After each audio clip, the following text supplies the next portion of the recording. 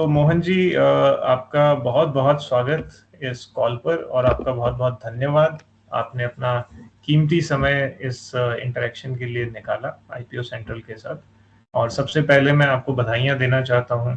आपकी कंपनी ने काफ़ी अच्छी ग्रोथ की है, लेकिन अगर आप एक अच्छा एक ओवरव्यू दे दें हमें कि आपकी कंपनी एग्जैक्टली करती क्या है, और थोड़ा फ्यूचरिस्टिक रखें इसे कि अभी तक जो आप करते आए थे, मेजरली आप रिसाइकलिंग में थे, आगे भी मेरे विचार से आप रिसाइकलिंग में ही रहेंगे, लेकिन कौन से सेगमेंट्स हैं जो कि आपके रेडार पे हैं, तो उसके बारे में अगर आप थोड़ा बता पाएं तो बहुत ही अच्छा होगा। Thank you, Anil ji. It is my honor to be speaking to you and to IPO Central. अपने बारे में मैं बताऊं तो मैं 1986 से काम शुरू किया मैंने। पिछले 40 सालों में रिसाइकलिंग और प्राइमरली एल्युमिनियम इसी में मैंने काम किया है। मेरा हमेशा से एक ड्रीम रहा है कि मैं ऑर्गेनाइजेशन बनाऊं जो 100 साल से ज्यादा चले। उसके लिए कल्चर बहुत ज्यादा जरूरी होता है। तो आज के दिन में अगर हम सीएमआर में देखें तो हमारे एक कल्चर है, कल्चर ऑफ इंटीग्रिटी, एक culture of innovation and culture of change and right down to the worker level. तो ये हम लोगों ने, इसको मैं अपनी एक अच्छी उपलब्धि मानता हूँ। हमारा नाम अगर आप देखिए सीएमआर ग्रीन टेक्नोलॉजीज, तो ग्रीन इसलिए है क्योंकि हम लोग रिसाइकलिंग करते हैं और we are environment friendly on multiple fronts. Technologies में देखिए CMR is amongst the early adopters. जो दुनिया की लेटेस्ट और अच्छी टेक्नोलॉजीज आती हैं उसको हम लोग बड़ी जल्दी अडॉप्ट करते हैं to reduce cost and to improve quality. हमारे 3 जॉइंट वेंचर्स हैं विथ 3 डिफरेंट जापानीज कंपनीज, और हम लोगों को तो इस तरीके से हमारी और हमारे कई सारे पेटेंट्स हैं और कई सारे कॉपीराइट्स भी हैं। तो technologically I think we are a good organisation. अगर हम अपने मार्केट पे, अपनी पोजीशनिंग पे आए, तो सीएमआर अपने नियरेस्ट कॉम्पिटिटर से 4 गुना बड़ा है इंडिया में, और दुनिया में भी it is amongst the largest in the world including China. अभी तक में हम लोग सर्विस करते रहे हैं ऑटो रिसाइकल्ड एल्यूमिनियम को, उसमें हमारा 45% मार्केट शेयर है ऑन ऑल इंडिया बेसिस। इसका मतलब ये है कि हर दूसरा व्हीकल, चाहे वो मोटरसाइकिल हो चाहे वो कार हो, वो सीएमआर के एल्यूमिनियम से बनी है। इतना जो हमारा मार्केट शेयर है उसका मेन रीजन है कि हम लोग लिक्विड मेटल सप्लाई करते हैं। 2008 में हमने उसको इंट्रोड्यूस किया था।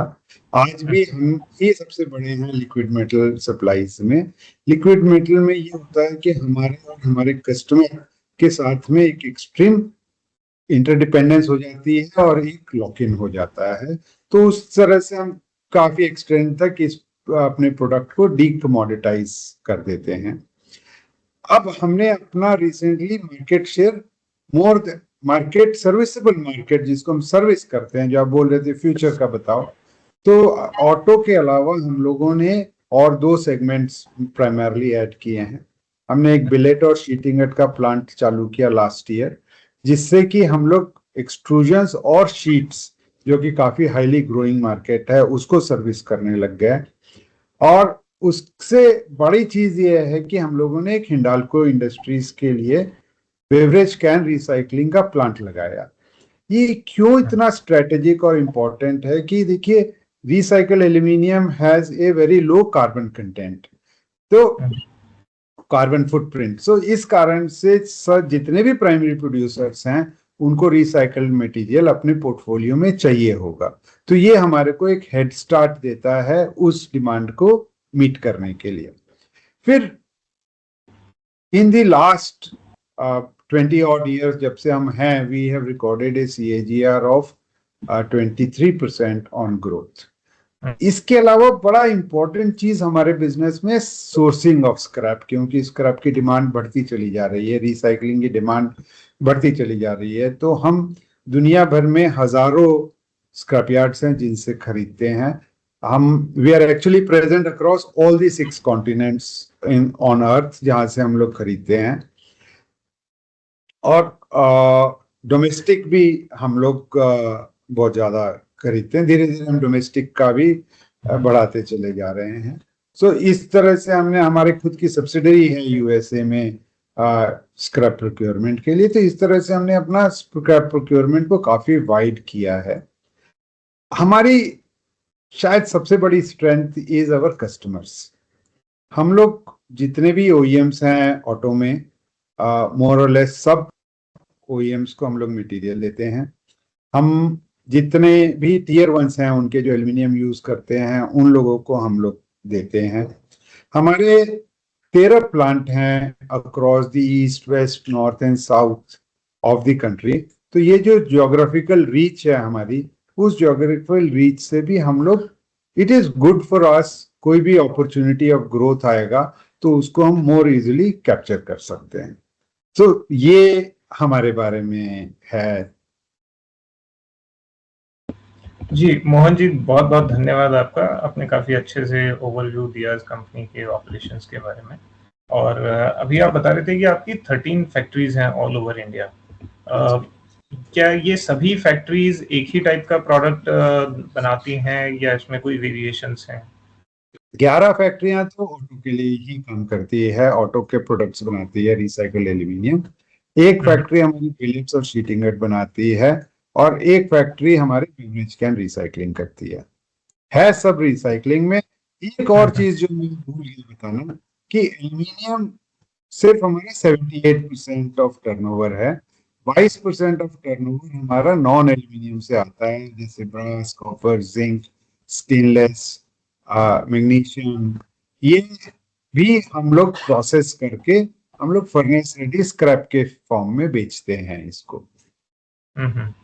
तो ओके। भी जी, आपने लिक्विड एल्यूमिनियम भी कहा था पहले कि आपका मोस्टली जो मेजॉरिटी ऑफ प्रोडक्ट्स है वो लिक्विड एल्यूमिनियम है, और बिलेट्स एंड शीट्स आपने अभी स्टार्ट की है। तो ऑटोमोटिव स्टाम्पिंग की जैसे बात करें तो वहां पे तो मोस्टली शीट्स वगैरह काम आती हैं। तो आपका जो लिक्विड एल्यूमिनियम जो आप कह रहे हैं, ये कुछ कंपोनेंट्स वगैरह, दूसरे कंपोनेंट्स बनाने के लिए, like engine and transmission casing वगैरह, उसके लिए काम आता है? कहाँ इसकी एप्लीकेशन होती है? जितना हम ऑटो में लगता है वो मोस्टली सारा रिसाइकल्ड होता है, एक्सेप्ट जो उनकी व्हील्स बनते हैं, उसमें अभी प्राइमरी चल के वो भी रिसाइकलिंग में आ जाएगा। सो उसको सबको हम लोग ये 11 प्लांट से सर्विस करते हैं। अगर आप ईवी की बात करें तो ईवी में एल्यूमिनियम की कंजम्पशन 3 गुना हो जाएगी फ्रॉम कन्वेंशनल।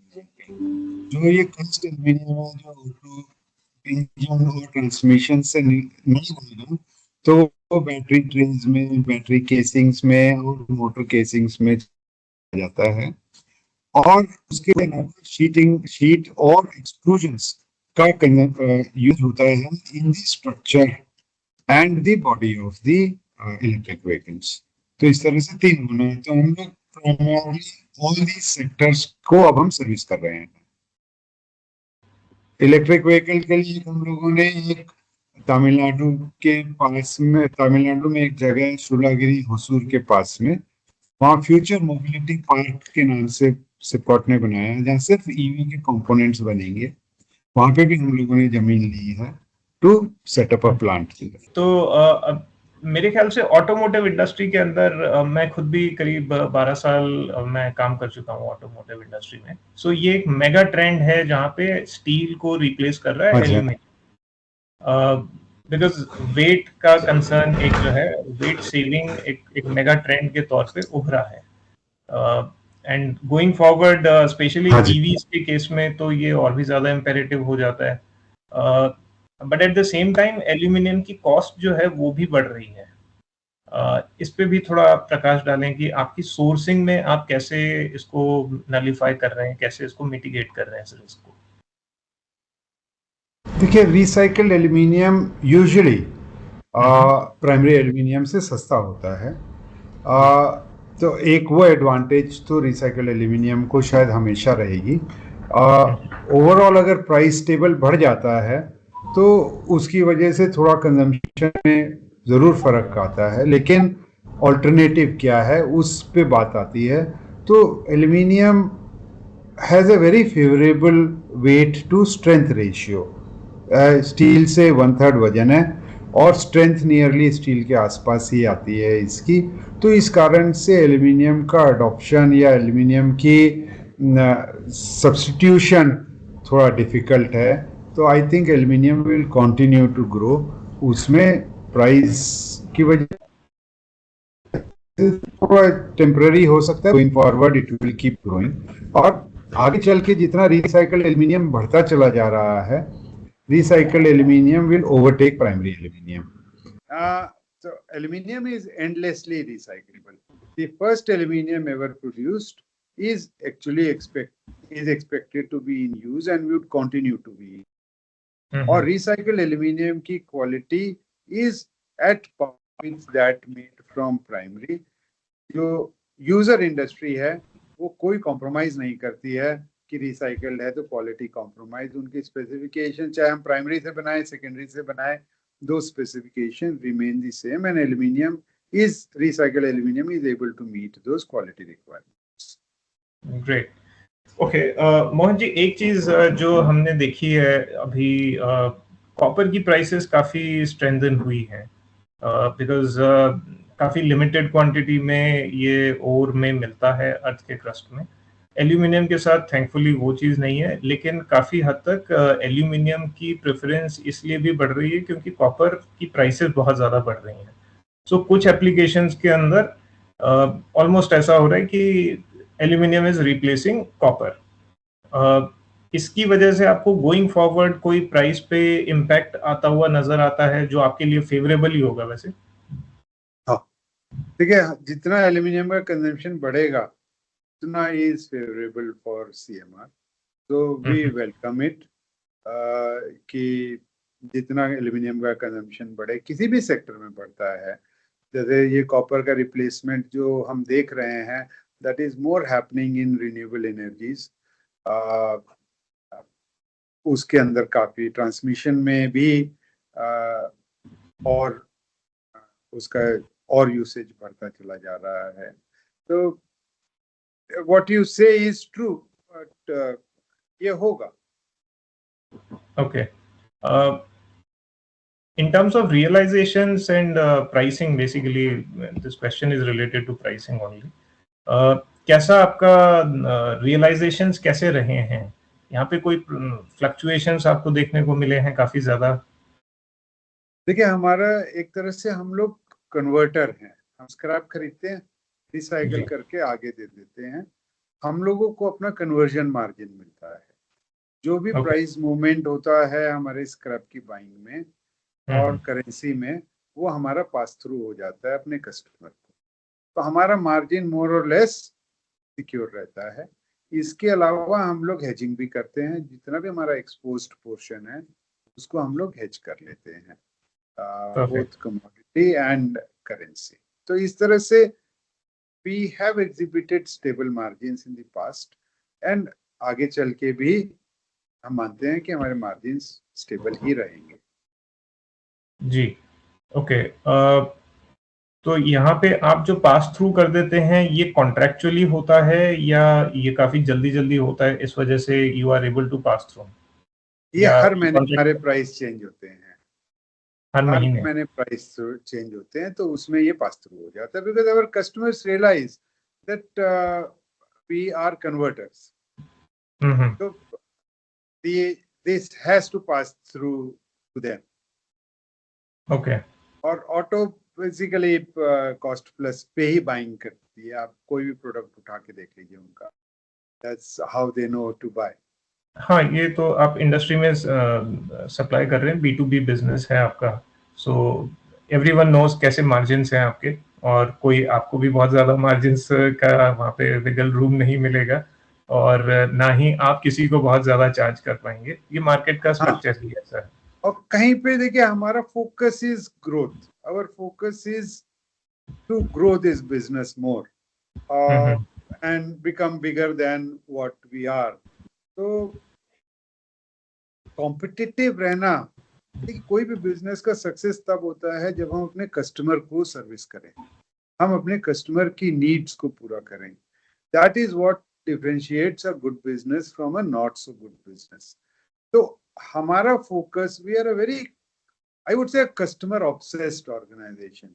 आज हमारे रिलेशनशिप्स कस्टमर्स के साथ में are as old as we are, because हमारा फोकस ही वह है। तो हम एक रीजनेबल मार्जिन जरूर चाहते हैं जो हमारे को ग्रोथ दे और जो इंश्योर करे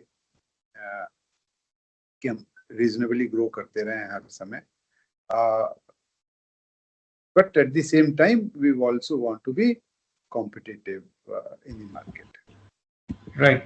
सो मोहन जी, अभी जैसे हम मार्जिन्स की बात कर रहे थे, ये जो हम प्राइसिंग वगैरह की बात कर रहे थे, ये इवेंचुअली आपका रिफ्लेक्ट होता है मार्जिन्स में, प्रॉफिटेबिलिटी में। और मैं यहाँ पे देख रहा हूँ कंपनी के फाइनेंसेस जो हैं 2024 में तो आपका नेगेटिव चला गया था, लॉस में चली गई थी कंपनी।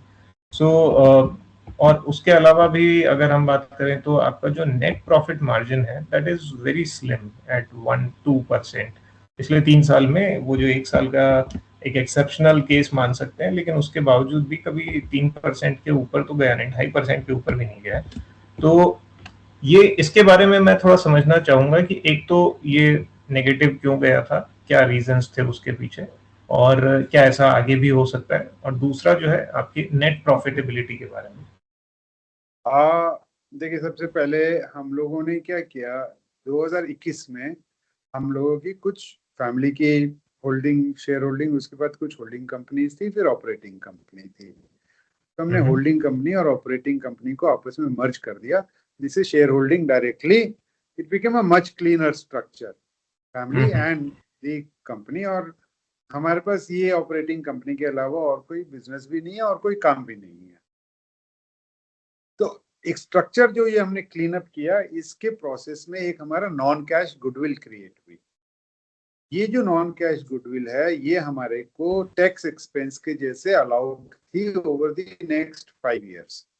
तो पहले साल में तो हमारा वो, हमको उसका बेनिफिट मिला। उसके बाद गवर्नमेंट रेगुलेशंस चेंज हो गए और इसके अंदर this asset is non cash goodwill, तो ये एक तरह से हमारा डेड एसेट बन गया इन आवर बुक्स। तो इन 2024 ईवाई उस वक्त हमारा ऑडिटर थे। EY actually was our auditor for 10 years. They had to resign after that. अब हमारे ऑडिटर्स हैं ASA बेकर टिली। सो EY ने हमारे को ये बोला कि इसको हम राइट ऑफ कर देते हैं। तो our books become very very clean. एक जो डेड और फिक्टिशियस एसेट है वो निकल जाता है, but in the process this appears as an exceptional item in our books. तो अगर आप 24 को देखेंगे तो my suggestion is that you should look at numbers before the exceptional item, क्योंकि ये एक बार हो गई, ये आगे कभी नहीं आ सकती है कोई भी। अब तो हमारी बुक्स बहुत ही ज्यादा क्लीन हो गई हैं, तो आगे नहीं आएगी। As far as profit margin is concerned, हमारे यहाँ पे अगर आप मार्जिन देखते हैं तो एबिटा पर टन देखिए, क्योंकि परसेंटेज टर्म्स में देखना is not the right thing to do, because aluminium की प्राइस अगर बहुत ज्यादा बढ़ जाते हैं तो हम लोगों का EBITDA परसेंटेज कम हो जाता है। जैसे अगर मैं पीछे की बात करूं, आप ये 3 साल का देख रहे हैं, उससे पहले हमारा 8-9% का भी EBITDA चलता था, 10% तक में भी चला गया। वो प्राइस का मैटर होता है, इन्फ्लेशन से रिलेटेड। लेकिन हमारा पर टन EBITDA इज ओके। और ROC हमारा, देखिए हम लोगों को 10 टर्न्स मिलता है टू कैपेक्स। तो जब हमारा कैपेक्स का 10 टर्न्स मिलता है हमारे को, तो हमारा ROC रीजनेबली ठीक रहता है। कोई भी रिसाइकलिंग इंडस्ट्री अगर आप उठा के देखेंगे तो मार्जिन ऐसे आपको स्लिम दिखेंगे, बट ROC ROE आपको अच्छा दिखेगा। हमारा डेट इक्विटी रेशियो भी अगर आप देखिए तो अभी 0.76 है। तो हम कैश जनरेट कर रहे हैं, बिजनेस प्रॉफिटेबल है, जितना वो पैसा बना रहा है इज इनफ कि हमारे कैपेक्स को भी सर्विस कर पा रहा है, और still the debt equity ratio is in control. These are good debt debt equity, equity. जी आपका debt equity ratio is less than 1, so it is comfortable, but ये भी इंक्रीज ही हुआ है पिछले 3 साल में। वो Uh, इस कारण से इंक्रीज हुआ बेसिकली बिकॉज ऑफ इन्फ्लेशन। एक तो हमारा कैपेक्स हो गया काफी, हम लोगों ने पिछले साल 1.5 साल में 500 करोड़ का कैपेक्स किया। उससे पहले हमने 18 साल में 500 करोड़ का कैपेक्स किया, और उसके बाद में अभी लेटली प्राइसेस बहुत ज्यादा बढ़ गए, तो उतने प्राइस बढ़ने की वजह से हमारे वर्किंग कैपिटल रिक्वायरमेंट्स भी ज्यादा हो गई। इस कारण से हमारा ये बढ़ा है इसका। और न्यू प्लांट जैसे हमने ऐड किए तो उसकी नई वर्किंग कैपिटल की रिक्वायरमेंट आ गई। तो इन सब चीजों की वजह से, but it is as long as it is within less than 1, I am comfortable. अभी आप कह रहे थे प्राइसेस बढ़ गए हैं, इस वजह से डेट इक्विटी रेशियो पे इम्पैक्ट आया है। ये किस प्राइसेस की आप बात कर रहे हैं? Sir commodity price, aluminium prices lately बढ़े हैं। हाँ, स्क्रैप के और हमारे सेलिंग प्राइसेस दोनों चीजें बढ़ी हैं। लेकिन हमारा working capital cycle as number of days आप देखिए तो वो स्टेबल रहता है, वो अराउंड 66-67 डेज का है, तो वो वैसे ही रहता है। हमारे जो नए बिजनेस ऐड किए हैं, जो हिंडाल्को के लिए बेवरेज कैन रिसाइकलिंग प्लांट लगाया है, उसमें तो हिंडाल्को हमारे को रॉ मटेरियल भी सप्लाई करता है, तो उसमें तो सिर्फ हमारे जॉब चार्जेस ही हैं। और जो हमने बिलेट और शीट इंगट का प्लांट लगाया है, उसमें इट इज कैश बिजनेस कि हमको कोई क्रेडिट नहीं देना पड़ता अपने कस्टमर को। तो इन सब चीजों से हमारा वर्किंग कैपिटल साइकिल आगे चल के थोड़ा सा बेहतर होगा। राइट। और ये जो बिलेट एंड शीट का प्लांट आपने बताया है, ये यहाँ पे आपके कस्टमर्स कौन हैं? यहाँ पे हिंडाल्को भी एक हमारा कस्टमर है बिलेट्स के लिए, और जितने भी ये एक्सट्रूजन मैन्युफैक्चरर्स हैं वो हम लोगों के कस्टमर्स। हाँ, ग्लोबल एल्यूमिनियम है, मान है, Jindal also has been our, Jindal aluminium has been our customer। तो काफी प्लस हम लोग का वहाँ पे एक जॉइंट वेंचर है with the biggest aluminium company of Japan called Nippon Light Metal. तो 20% ऑफ हमारा प्रोडक्शन उस प्लांट का will be exported to Japan, कि हमारे ट्रायल लॉट्स वगैरह सब जा चुके हैं, they have been approved in Japan.